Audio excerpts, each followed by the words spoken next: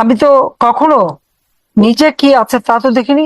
প্রত্যেকটা ভূমিহীন গৃহহীন মানুষকে ঘর করে দিয়ে তাদের জীবনযাত্রা উন্নতি করে দিয়েছি। আর বাকি সামান্য 20,000 মতো ছিল তৈরি হচ্ছিল, সেটাও আমি যদি ক্ষমতায় থাকতে পারতাম করে ফেলতে পারতাম। তো এইভাবে মানুষের সেবা করে এসেছি। তো অপরাধটা কি করলাম? আওয়ামী লীগ অপরাধ কি করলো? আওয়ামী লীগ এদেশে স্বাধীনতা এনে দিয়েছে, আওয়ামী লীগ এদেশে মাতৃভাষায় কথা বলার অধিকার এনে দিয়েছে, আওয়ামী লীগ এদেশের মানুষকে দুই বেলা, দুই বেলা না, 3 বেলা 4 বেলা খাবার খেতে পারে সেই ব্যবস্থা করে দিয়েছে। আওয়ামী লীগ প্রত্যেক ঘরে ঘরে মানুষের বিদ্যুৎ দিয়েছে, ডিজিটাল বাংলাদেশ করে দিয়েছে। আজকে অনলাইনে এত কথা বলতে পারে, সোশ্যাল মিডিয়া ব্যবহার করতে পারে, কে দিয়েছে? মোবাইল ফোন হাতে হাতে কে দিয়েছে? আওয়ামী লীগ সরকার দিয়েছে, আমার সরকার, আমি দিয়েছি।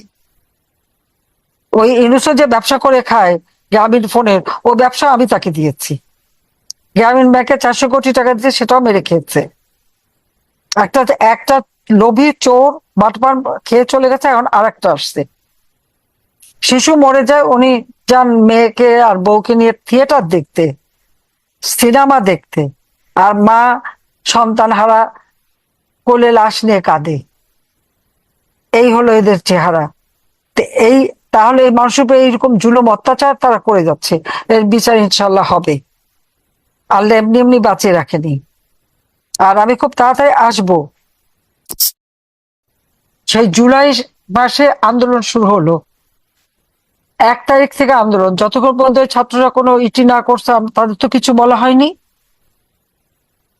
দেখা গেল 15 জুলাই থেকে সবার আগে ছাত্রলীগের সবুজ আলীকে মিরপুর রাস্তার উপরে তাকে পিটিয়ে মারলো। সে ঢাকা কলেজে ছাত্রলীগের সেক্রেটারি ছিল।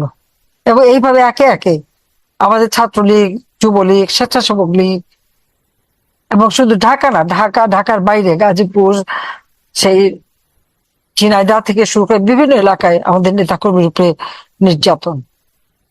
কিন্তু কি দুর্ভাগ্য, কি খেলা বাংলাদেশে! এই যে এতজন মানুষ মারা গেল, কেউ আর শহীদ বলে হলো না, তাদের জন্য কোনো কান্না নেই। আবু সাইদ, আবু সাইদকে কে মেরেছে? পুলিশের গুলিতে তো আবু সাইদ মারা যায়নি। তখন প্রচার করা হলো বুকে গুলি লেগে নাকি আবু সাইদ মারা গেছে। পোস্টমর্টমে বুকে কোনো গুলি নাই। তার বাবা সাক্ষী দিল যে মাথার পিছনে তার আঘাত। তাহলে আবু সাইদকে মেরেছিল কে?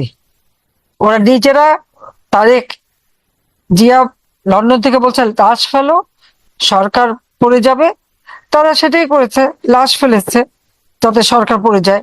সেটি, আর লাশ ফেলে তো আমি ক্ষমতা থাকতে চাই না। যাদের জন্য আমি দিন রাত অক্লান্ত পরিশ্রম করেছি, বাবা মা ভাই সব হারিয়েছি, নিজের ছোট ছোট বাচ্চা, তাদেরকে পর্যন্ত আমার বোনের কাছে দিয়ে আমি বাংলাদেশের জনগণের কাছে ছুটে এসেছি। সমগ্র বাংলাদেশ ঘুরেছি, সারা বাংলাদেশের মানুষের উন্নয়নের কাজ করেছি। যখনই ক্ষমতা এসেছি, বাংলাদেশের প্রত্যেকটা ঘরে ঘরে আমরা যখন উন্নয়ন করছি, উন্নয়নের ফসল কি শুধু আওয়ামী লীগের নেতা কর্মীরা ভোগ করেছে? তা তো করে নাই, সমস্ত জনগণ করেছে। সেখানে কি বিএনপি ছিল না, বা জামাত ছিল না, বা এনসিপি তারা ছিল না? তারা তো এখনো তো করছে। তো এত গালি, মেট্রো রেল, টানেল, এক্সপ্রেসওয়ে, রাস্তাঘাট, পুল, ব্রিজ, স্কুল কলেজ, সমস্ত মসজিদ মাদ্রাসা সবগুলি তো করে দিয়েছে। 560টা মসজিদ, প্রত্যেক অন্য ধর্মেরও যাদের যাদের ক্ষতি হয়েছে সবগুলো আমি তৈরি করে দিয়েছি।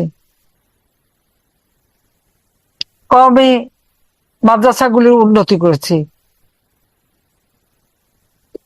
তাদের ডিগ্রিটা পর্যন্ত আমি অনুমোদন দিয়েছি। এরা তো আমাদেরই ছেলে পেলে।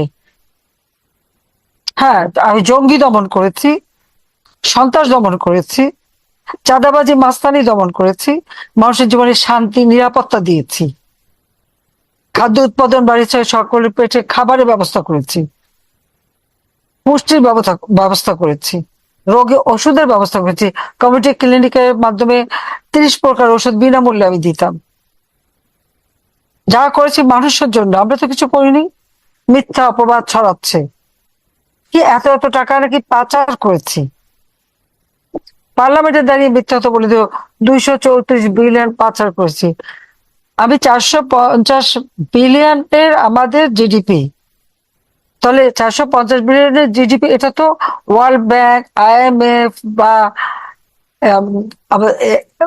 অন্যান্য যে কয়টা জায়গা আছে প্রত্যেকে, এডিবি, প্রত্যেকে তো এরা যাচাই করেছে। IMF বা ওয়ার্ল্ড ব্যাংক এরা লোন দিলে সেগুলো যাচাই করে দেখে। এখানে আমরা মুখের কথা তো না, তারাও তো যাচাই করে দেখেছে যে হ্যাঁ এটা ছিল। তাহলে 450, আর যদি আমি পাচার করে থাকি 234, তাতে হয়ে গেল 684 বা প্রায় 700 বিলিয়ন। আমি যখন সরকার গঠন করি 2006 সালে, আমাদের যেখানে বিএনপির আমলে ছিল মাত্র 70 বিলিয়ন, আর সেখানে আমি এই 2023-24 পর্যন্ত যদি এই তারেকের হিসাব ধরে আর ওই 450 মিলিয়ে তো 684 বিলিয়ন হয়, তো সেটা একটা সাধুবাদ জানাক যে 70 থেকে 600 বিলিয়ন, 84 বিলিয়ন আমি জিডিপি উঠাতে পেরেছি। তাহলে সেটাই তারা বলতে চায় যে বাংলাদেশের অর্থ এত শক্তিশালী মজবুত আমি করে দিয়ে আসছিলাম, এটা বলবে? আর কোথায় টাকা পাচার করলাম বের করুক খুঁজে। বের করে না কেন? নিজের ভাগ্য করতে আসেনি, নিজেদের ছেলে মেয়েও না, তারা পড়াশোনা করছে, চাকরি করছে, স্টুডেন্ট লোন শোধ করছে, আবার চাকরি করেছে, আবার এইভাবে তারা পড়াশোনা করে নিজের পায়ে দাঁড়িয়েছে। খালি বলছে তোমাদের ওই শিক্ষাটাই এক।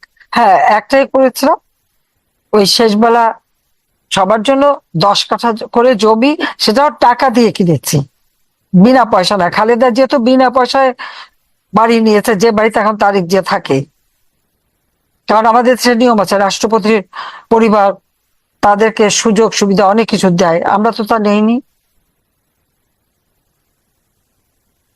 আমরা তো দেশের রাষ্ট্রের ক্ষেত্রে কি নিয়েছি? অথচ আইন ছিল আমাদের পরিবারের সকল সদস্যের জন্য সব ব্যবস্থা করার।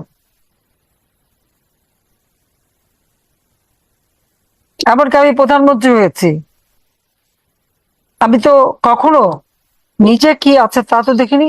প্রত্যেকটা ভূমিহীন গৃহহীন মানুষকে ঘর করে দিয়ে তাদের জীবনযাত্রা উন্নতি করে দিয়েছি। আর বাকি সামান্য 20,000 মতো ছিল তৈরি হচ্ছিল, সেটাও আমি যদি ক্ষমতায় থাকতে পারতাম করে ফেলতে পারতাম। তো এইভাবে মানুষের সেবা করে এসেছি। তো অপরাধটা কি করলাম? আওয়ামী লীগ অপরাধ কি করলো?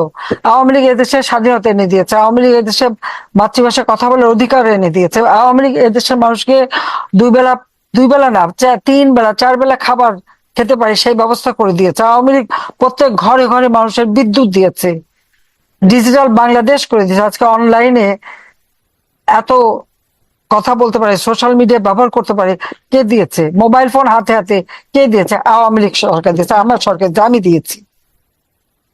ওই ইউনুস যে ব্যবসা করে খায় গ্রামীণ ফোনের, ও ব্যবসা আমি তাকে দিয়েছি। গ্রামীণ ব্যাংকে 400 কোটি টাকা দিতে, সেটাও মেরে খেয়েছে।